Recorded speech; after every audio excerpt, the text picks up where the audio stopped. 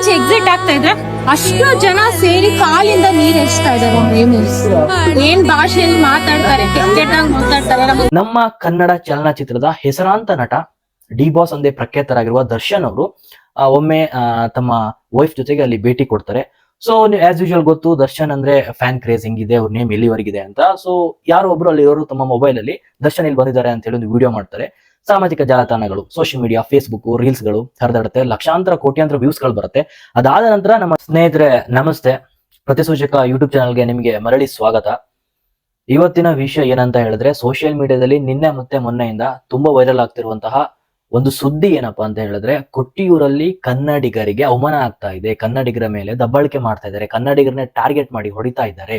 ಕರ್ನಾಟಕದವರು ಅಲ್ಲಿ ತುಂಬಾ ಜನ ಹೋಗ್ತಿದ್ದಾರೆ.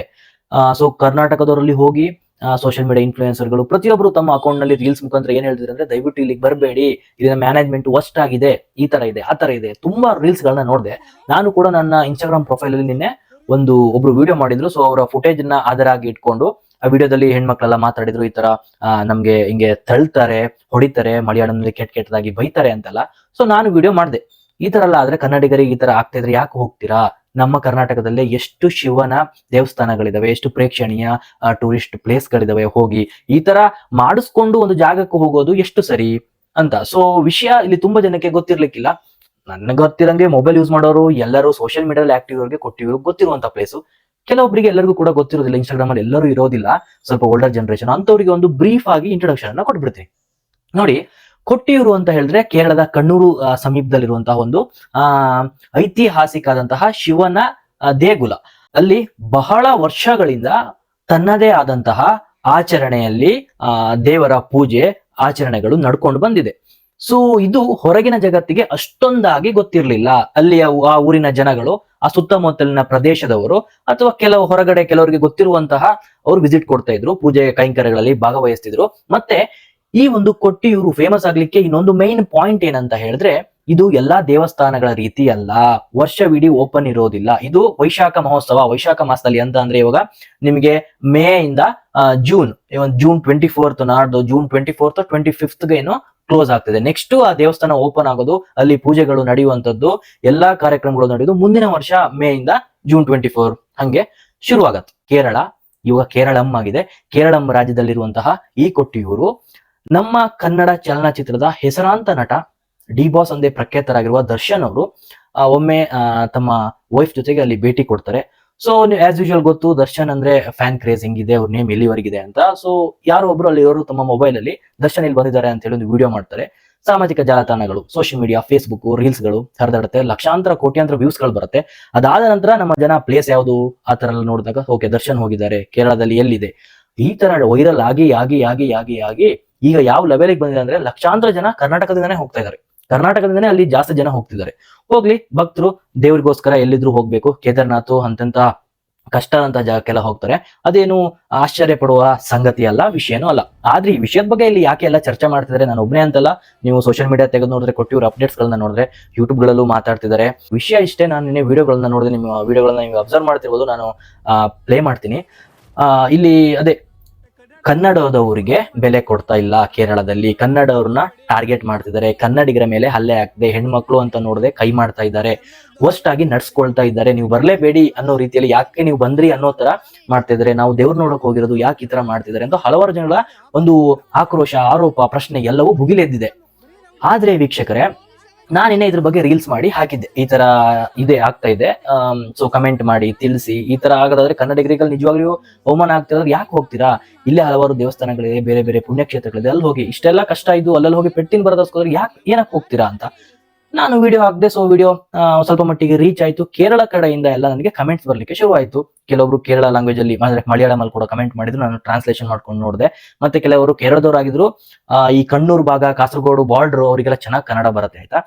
ಸೊ ಅವರೆಲ್ಲ ಕನ್ನಡದಲ್ಲೇ ಕಮೆಂಟ್ ಮಾಡಿದ್ರು. ಏನ್ ಹೇಳ್ತಾರೆ ಅಂದ್ರೆ, ಅವ್ರು ನನಗೆ ಹೇಳ್ತಿರೋದು, ಬ್ರೋ ನೋಡಿ, ನೀವು ಬರ್ಬೇಕಂತ ಏನೋ ಇಲ್ಲಿ ನಾವು ಕೇಳ್ತಾ ಇಲ್ಲ, ಕನ್ನಡದವರು. ಮೈನ್ ಥಿಂಗ್ ಅಲ್ಲಿರುವಂತಹ ವಾಲಂಟಿಯರ್ಸ್, ಏನು ಅಲ್ಲಿ ಕೊಟ್ಟಿಯೂರಲ್ಲಿ ಇದ್ದಾರೆ, ವಾಲಂಟಿಯರ್ಸ್ ಆಗಿರ್ಬೋದು, ಸೆಕ್ಯೂರಿಟಿ ಆಗಿರ್ಬೋದು, ದೇವಸ್ಥಾನದ ಆಡಳಿತ ಮಂಡಳಿ, ಅಲ್ಲೆಲ್ಲ ಹ್ಯಾಂಡಲ್ ಮಾಡ್ಲಿಕ್ಕೆ ಅವರ ಮಾತನ್ನ ಇವರು ಕೇಳ್ತಾ ಇಲ್ಲ. ಅಲ್ಲಿದೆ ಆದ ಒಂದು ಸೆಪರೇಟ್ ಆಚರಣೆ ಇದೆ. ಸೊ ಇವರು ಕೂಗು ಅಂದ್ರೆ ದೇವರಿಗೆ ಜೈಕಾರಗಳನ್ನ ಹಾಕೋದು, ಕೂಗೋದು, ಮತ್ತೆ ಕ್ಲೆನ್ಲಿನೆಸ್ ಮತ್ತೆ ಹೈಜೀನ್ ಮೇಂಟೈನ್ ಮಾಡ್ತಿಲ್ಲ ಕನ್ನಡಿಗರು, ಒಂದು ಆರೋಪ ಬಂದಿದೆ. ನನ್ನ ಕಮೆಂಟ್ ಅಲ್ಲಿ ನೀವು ಬೇಕಾದ್ರೆ ನೋಡಿ, ಸ್ಕ್ರೀನ್ ಶಾಟ್ ಹಾಕ್ತೀನಿ.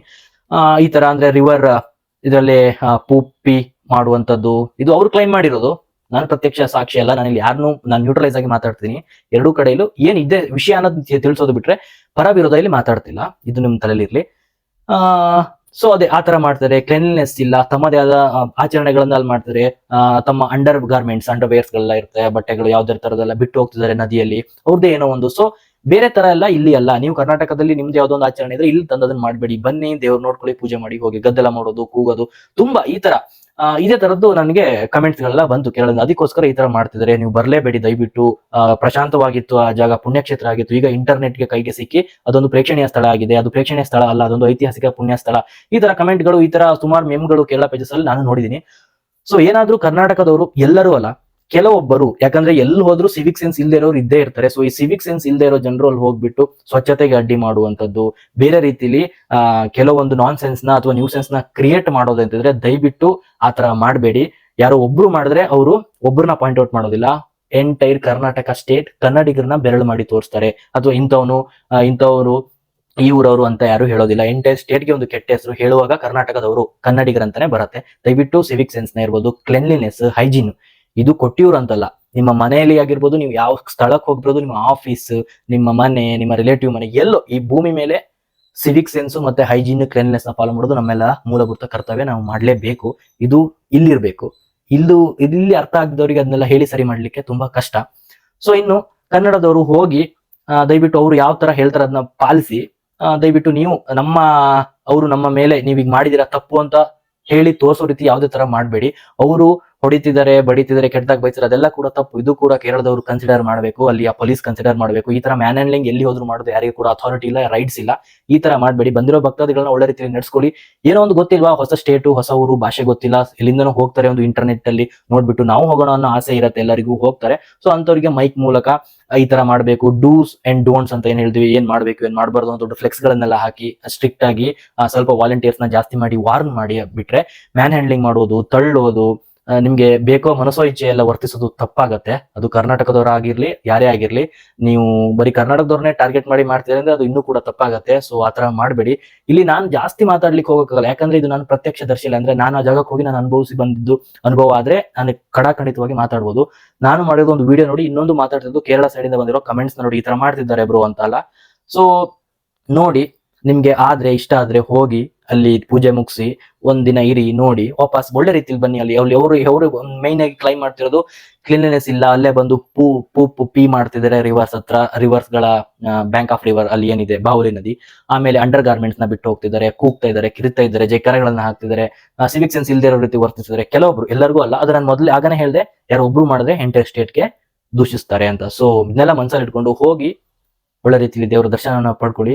ಭಗವಂತ ಎಲ್ರಿಗೂ ಭಗವಂತನೇ, ಹೋಗಿ ನೋಡಿ. ಆದ್ರೆ ಈ ತರದ್ ಯಾವ್ದು ಇರ್ತದೋ ಅವ್ರು ಹೇಳೋ ತರದ್ದು, ಅವ್ರು ಹೇಳಿದಿರೋದ್ ನಿಜನೋ ಸತ್ಯನೋ ನನಗೆ ಗೊತ್ತಿಲ್ಲ, ನಾನು ಪ್ರತ್ಯಕ್ಷದರ್ಶಿ ಅಲ್ಲ. ಸೊ ಹೋಗಿ ಬರೀ ಏನೋ ಒಂದು ನಿಮ್ಮ ಮನ್ಸಿಗೆ ಬರ್ಬೇಕು, ಈ ತರ ಒಂದು ಜಾಗ ಇದೆ, ಎಲ್ಲರೂ ಹೋದ್ರು ನಾನು ಹೋಗ್ದೆ, ಪಿಯರ್ ಪ್ರೆಸರ್ ಅಂತ ಕರೀತಾರೆ. ಸೋಷಿಯಲ್ ಮೀಡಿಯಾದಲ್ಲಿ ಏನಾಗ್ತದೆ, ಆನ್ ಗೋಯಿಂಗ್, ಎಲ್ಲರೂ ಹೋಗ್ತಿದ್ದಾರೆ ನಾವು ಹೋಗೋಣ, ಸೋಷಿಯಲ್ ಮೀಡಿಯಾದಲ್ಲಿ ಟ್ರೆಂಡಿಂಗ್ ಇದೆ, ಆ ಜಾಗಕ್ಕೆ ಹೋಗೋಣ. ಹಾಗಾಗ್ಬಾರ್ದು ಸ್ನೇಹಿತರೆ, ಭಕ್ತಿಯಿಂದ ಹೋಗ್ಬೇಕು. ಸೊ ಇನ್ನೊಂದು ಅದೇ, ಕೇರಳದವ್ರು ಕೂಡ ಅದೇ ರಿಕ್ವೆಸ್ಟ್, ನೀವು ಕಾನೂನ ಕೈಗೆ ತಗೋಬೇಡಿ, ಚೆನ್ನಾಗಿ ನಡ್ಸ್ಕೊಳ್ಳಿ. ಇನ್ನು ಕರ್ನಾಟಕದವರಿಗೆ, ನಮ್ಮ ಜನರಿಗೆ ಯಾರಾದ್ರೂ ಆತರ ಮಾಡಿದ್ದಲ್ಲಿ ದಯವಿಟ್ಟು ಆತರ ಮಾಡಬೇಡಿ. ನಮ್ಮಿಂದ ಅವರಿಗೂ ಕೂಡ ತೊಂದರೆ ಆಗ್ಬಾರ್ದು, ಅವರಿಂದ ನಮ್ಗೆ ಕೂಡ ತೊಂದರೆ ಆಗ್ಬಾರ್ದು. ಸೊ ಎರಡು ನೈಬರ್ ಸ್ಟೇಟ್ ಆಗೋದ್ರಿಂದ ಒಳ್ಳೆ ರೀತಿಲಿ ಇರಬೇಕು. ಸೊ ಇದು ತುಂಬಾ ಸುದ್ದಿ ಆಗ್ತಿರೋದು, ಇದ್ರ ಬಗ್ಗೆ ವಿಡಿಯೋ ಮಾಡ್ತಿದ್ದೀನಿ. ಸೊ ನಿಮ್ಗೆ ಅನ್ಸುತ್ತೆ ಕಮೆಂಟ್ ಮಾಡಿ, ಯಾರಾದ್ರೂ ಕೊಟ್ಟಿವ್ರಿಗೆ ಹೋಗಿರೋರು ಅಥವಾ ನಿಮ್ಮ ಫ್ರೆಂಡ್ಸ್ ಗಳು ಯಾರಾದ್ರೂ ಹೋಗಿದ್ರೆ, ಏನಾದ್ರೆ ಈ ತರದ್ದು ಈಗ ಆನ್ ಗೋಯಿಂಗ್ ಇಶ್ಯೂ ಇದೆ, ಅದ್ರ ತರದ್ ಫೇಸ್ ಮಾಡಿದ್ದೀರೋ, ನೀವೇನ್ ಹೇಳ್ತೀರಾ? ಇವನ್ ಕೇರಳ ಆಡಿಯನ್ಸ್, ನೀವು ಕೂಡ ಕಮೆಂಟ್ ಮಾಡಿ ತಿಳಿಸ್ಬೋದು. ಸೊ ನನ್ನ ಮಾತಲ್ಲಿ ಯಾರಿಗಾದ್ರೂ ಬೇಜಾರಾಗಿದ್ರೆ, ಯಾಕಂದ್ರೆ ನಾನು ಪ್ರತ್ಯಕ್ಷದರ್ಶಿ ಅಲ್ಲ, ನಿಮ್ಗೆ ಏನಿದ್ರು ಸರಿ ಮಾಡಿ ಹೇಳಿ ಕಮೆಂಟ್ ಅಲ್ಲಿ ಅಂತ ಹೇಳ್ತಾ, ಮುಂದಿನ ವಿಡಿಯೋದಲ್ಲಿ ಮತ್ತೆ ಹೊಸ ವಿಷಯಗಳನ್ನ ಅನಾವರಣಗೊಳಿಸೋಣ.